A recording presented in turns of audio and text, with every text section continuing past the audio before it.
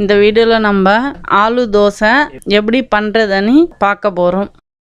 Capsicum, carrot, கொத்தமல்லி, வெங்காயம், உருளைக்கிழங்கு, தக்காளி, குக்கரை வச்சுக்கோங்க. அது ரெண்டாக கட் பண்ணி குக்கரில் போட்டுடுங்க. தண்ணி ஊற்றிட்டு அப்படியே கொஞ்சம் உப்பு போட்டுடுங்க.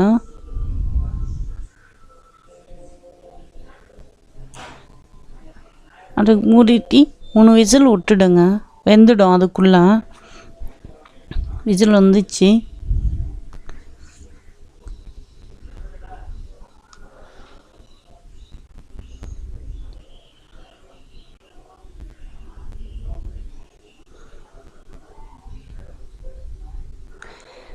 அதை எடுத்துடுங்க.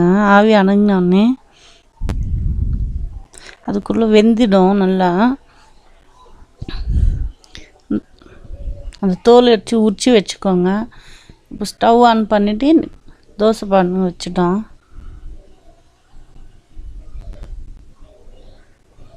அப்புறம் மாவு ஊற்றி தோசை மாதிரி மெல்லிசாக அப்படியே ஊற்றிக்கோங்க.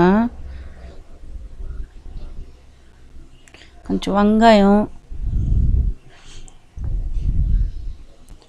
கேப்சிகம், கேரட் துருவி வச்சுக்கோங்க. கேரட் துருவும், தக்காளி, உருளைக்கிழங்கு பிசைஞ்சு போட்டுக்கோங்க. சிம்மில் வச்சுருக்கோம். ஃபஸ்ட்டு அப்படியே கொஞ்சம் மேலே வந்து சால்ட்டு கொஞ்சம் தூவிடுங்க. கொத்தமல்லி நல்லா நீங்கள் வந்து இது இருக்கணும்னு இல்லை, ஸ்பூன் வச்சு கூட நீங்கள் அப்படியே அமுத்துடுங்க. நல்லா அப்படியே ஒட்டிக்குவோம் தோசைக்கு. நல்லா சுற்றி வந்து வெண்ணெய் விட்டுக்கோங்க.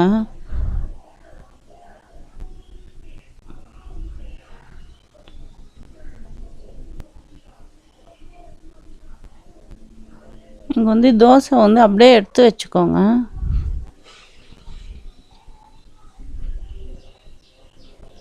திருப்பி மறுபடியும் தோசை ஊற்றிட்டு அது மாதிரி மல்லி திருப்பி அதே மாதிரி பண்ணிக்கோங்க. வெங்காயம், கேரட் துருவது எல்லாமே கட் பண்ண வச்சதெல்லாம் போட்டுட்டு மல்லி திருப்பி அதே மாதிரி பண்ணுங்கள். ஸ்பூனில் அமுத்து விட்டுங்க.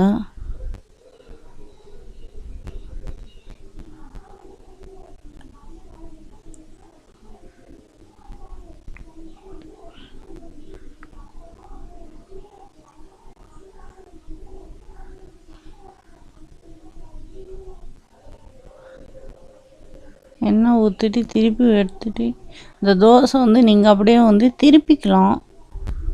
நீங்கள் அப்படி வரலன்னா ஃபஸ்ட்டு எடுத்த மாதிரி நீங்கள் அப்படியே எடுத்து வச்சுக்கலாம். இல்லை இப்படி வேணுமானா நீங்கள் இப்படி திருப்பி கூட சுட்டிக்கலாம். சூடான ஆலு தோசை ரெடி. இந்த வீடியோ பிடிச்சிருந்தானா லைக் பண்ணுங்கள், கமெண்ட் பண்ணுங்கள், ஷேர் பண்ணுங்கள். மறக்காமல் சப்ஸ்கிரைப் பண்ணிக்கோங்க.